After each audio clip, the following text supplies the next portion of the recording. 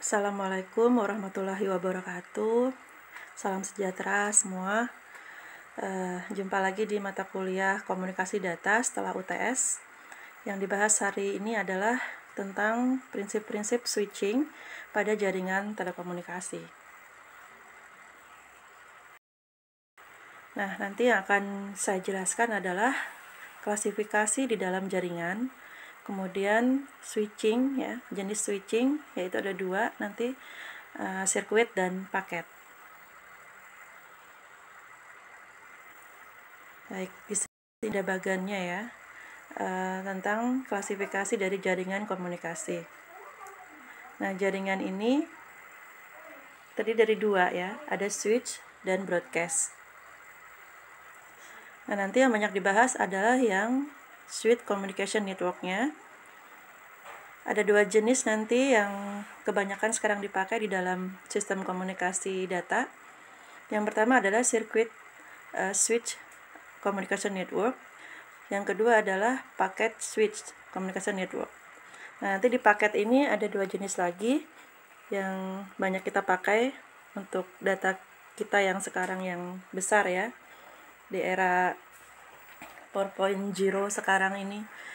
Semua data dengan kapasitas yang besar, dan itu banyak menggunakan paket ya, jenis paket atau paket switch communication network. Nanti jenisnya ada datagram network dan virtual circuit network. Nah, yang hari ini dibahas adalah perbedaan dulu antara circuit switch communication network dan packet switch communication network. Node dan link. Kalau kita bilang node itu berarti di sini adalah perangkatnya ya. Kalau ada client server, node itu adalah klien-kliennya. Jadi satu unit komputer itu yang terhubung di antara client server kita bilang dia node. Sedangkan jaringannya kita bilang link ya. Node merepresentasikan N terminal perangkat jaringan ya, digambarkan dengan bentuk lingkaran kotak. Nah, situ kalian lihat ada lingkaran, ada kotak. Nah, itu kita sebut node ya. Lalu link adalah hubungan atau koneksi antar node tadi. Sebagai perangkat jaringan, node di sini ya, di sini ada dua network, ada network 1 dan network 2.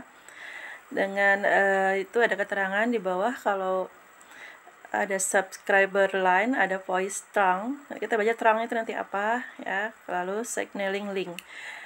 Nah, node dapat memiliki fungsi bisa berupa router, switcher, dan multiplexer.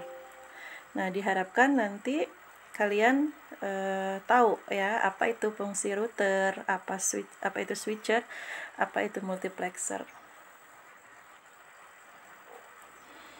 Sekarang kita bahas kategori link atau jaringan. Saya rasa kalian udah pernah mendengar ini, udah familiar ya, apalagi yang SMA-nya dulu mungkin SMK, TKJ dan sebagainya.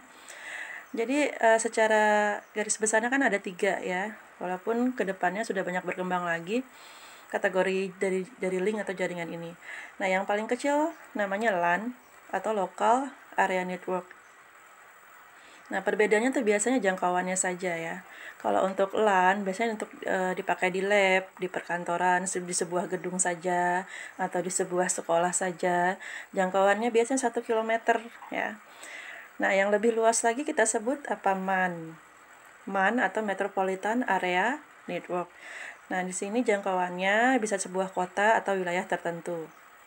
Selanjutnya yang lebih besar lagi WAN ya, atau Wide Area Network. Nah, di sini dia misalkan menggunakan satelit ya, atau menggunakan kabel bawah laut. Nah, misalkan menghubungkan antar negara. Contohnya keseluruhan jaringan bank BNI yang ada di Indonesia ataupun yang ada di negara lain. Jaringan ini dikatakan juga sebagai internet. Nah, sekarang apa sih itu switching? Switch, kalau bahasa di hardware-nya switch itu saklar ya, atau pergantian ya, kalau Inggris switching. Nah, kalau di hardware-nya kita bilang pensaklaran. Nah, switching atau pensaklaran, sistem kontrol penggantian, pengalihan, pengubahan, pemindahan secara elektronik. Nah, apa sih yang disaklar atau yang di-switch?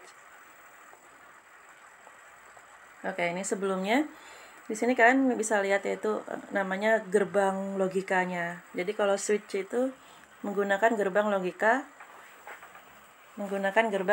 XOR ya. Nah, itu namanya gerbang logika XOR, di mana dia ada dua input, 1 dan 2, nanti hanya apakah yang bisa di-outputkan menjadi 3 itu.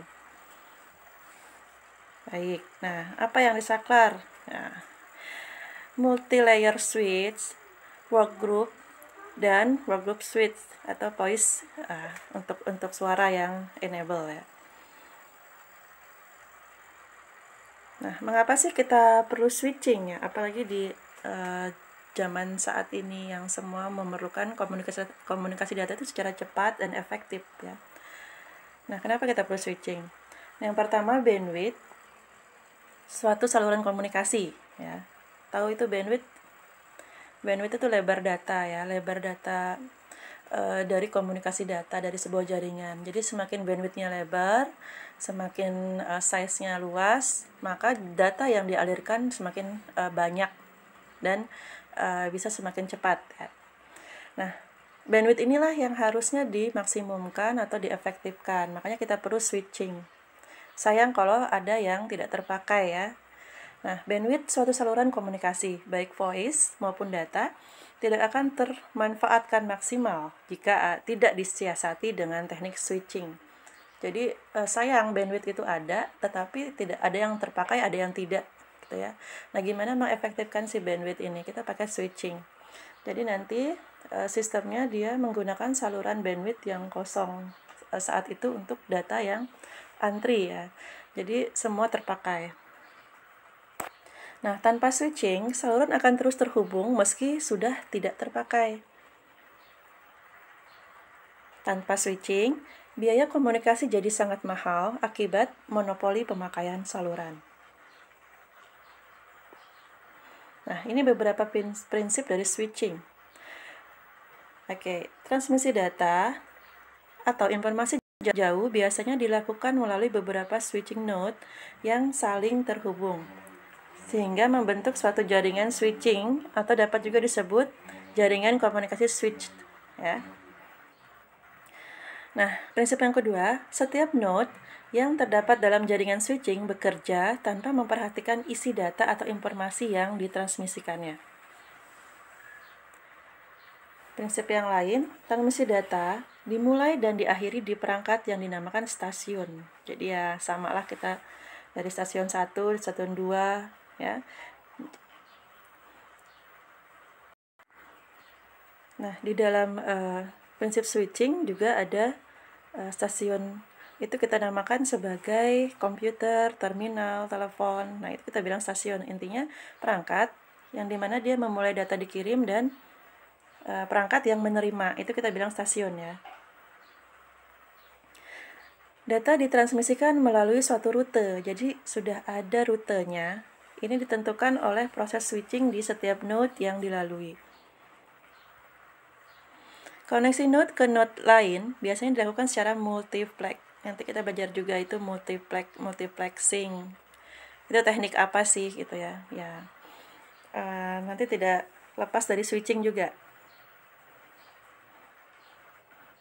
Jaringan komunikasi biasanya dibuat terhubung sebagian lain digunakan untuk koneksi redundant atau backup untuk meningkatkan. Semua jaringan komunikasi dipakai untuk mengalirkan data, tapi juga dipakai untuk backupan. Nah, ini tadi yang akan kita bahas, ada dua jenis switching itu. Ada yang sirkuit, ada yang paket. Nah, ini adalah contoh switching network sederhana. Ya, situ ada mainframe, satu mainframe di C, lalu ada beberapa node. Personal computer PC ada di B, ada di A, ada di F, dan E, ya ada 4. Lalu ada satu server, kita bilang node D ya. Nah, mereka saling bertukar data menggunakan switching node. Nah, kemarin Ibu sudah tugaskan kalian mencari atau peralatan hardware, merek, dan harga ya, harga terbaru untuk perangkat switching ya. Kemarin beberapa udah diberikan. Nah, di situ dia menggunakan switching node di dalamnya, mereka saling bertukar data. Jadi antara PC A, B, E, F itu di-handle di server dan dijadikan satu buah mainframe ya. Tapi ini paling sederhana, jadi hanya beberapa node aja. Dan mereka bisa bertukar data menggunakan beberapa sirkuit atau jaringan sudah terbentuk itu ya.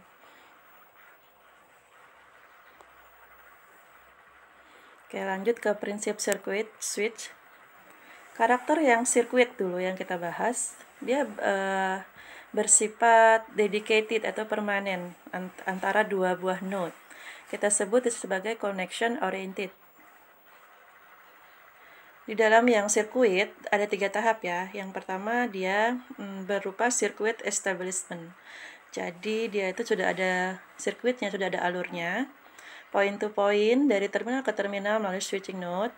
Lalu dia bersifat intern atau internal ya. Dan dia multiplexing antar switch node.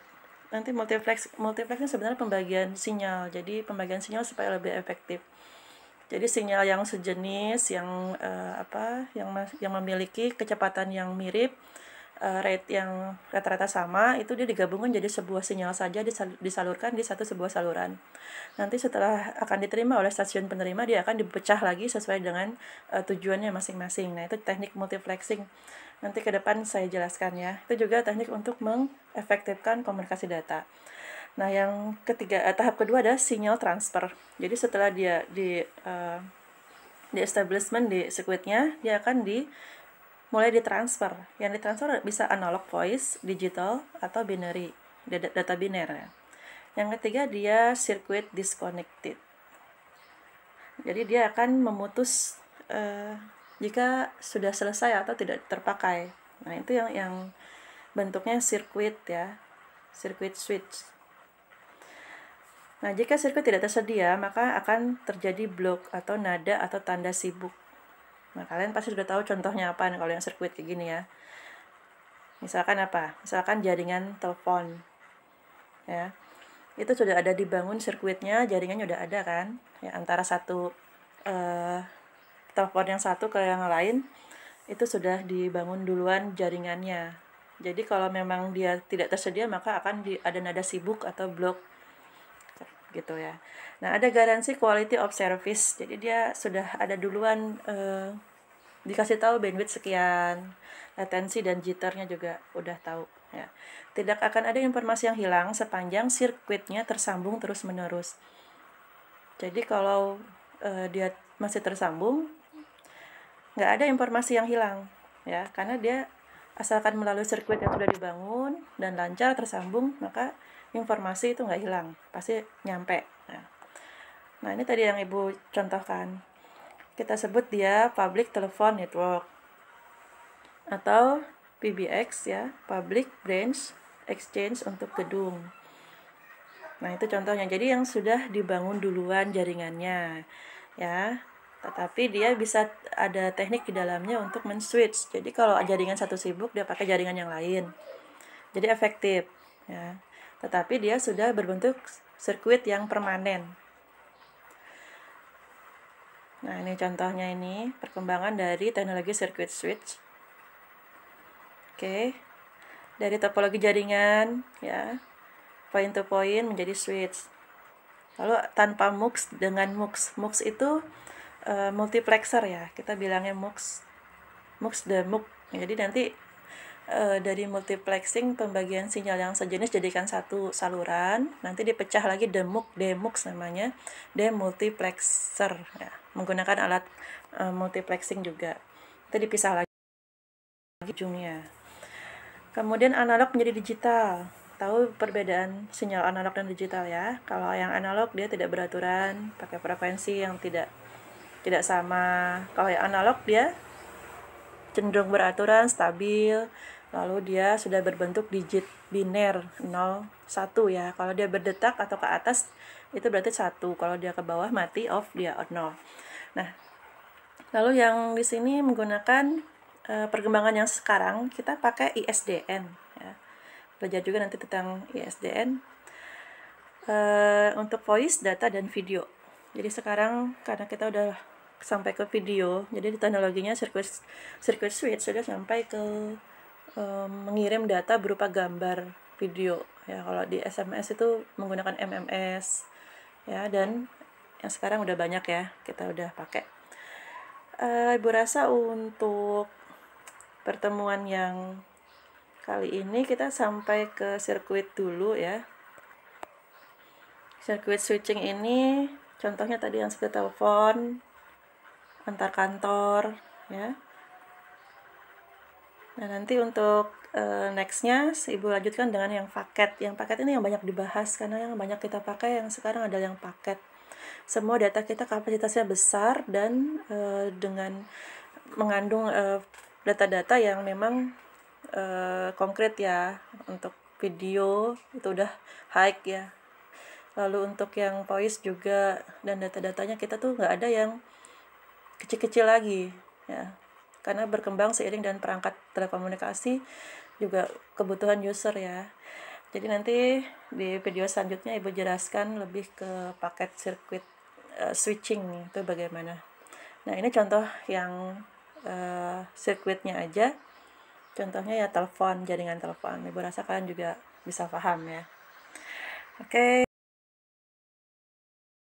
Kalau ada pertanyaan nanti silahkan didiskusikan di grup kita ya. Bu Hari, wassalamualaikum warahmatullahi wabarakatuh.